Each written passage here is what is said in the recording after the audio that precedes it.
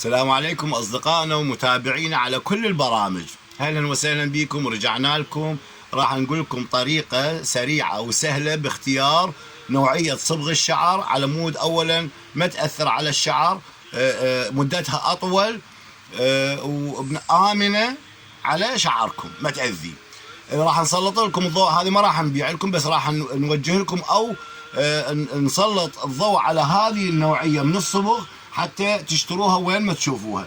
صبغة بروسيلا الإيطالية، أوكي، هاي عصارة تكون رصاصية.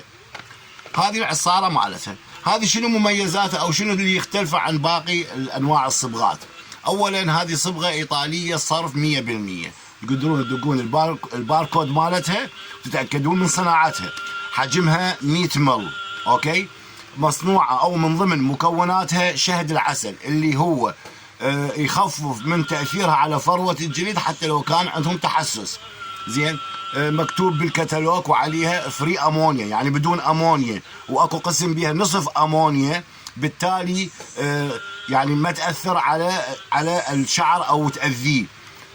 هذه الصبغة حجمها 100 مل، ثباتيتها طويلة، هواية من الصالونات ومراكز التجميل يقتنوها من عندنا، ومن اي محل ممكن انه تشتروها متوفرة. طبعا هي قلنا حجمها كبير، اخذوها وراح تشوفوها مريحة على الشعر، ما تأذي، ثباتيتها أطول.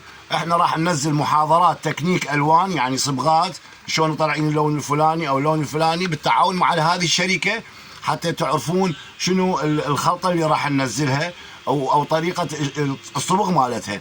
هذه متوفرة وين ما تشوفوها اشتروها، فحبينا نسلط الضوء حتى تختاروها ما تأذي شعركم ومدة أطول بالشعر. تحياتي لكم، كان وياكم حيدر درب من مكتب ميزان الذهب لمواد التجميل والعناية بالمرأة، بغداد الشرجة، عمارة روز، الفرع الثاني العامرية، شارع العمل الشعبي.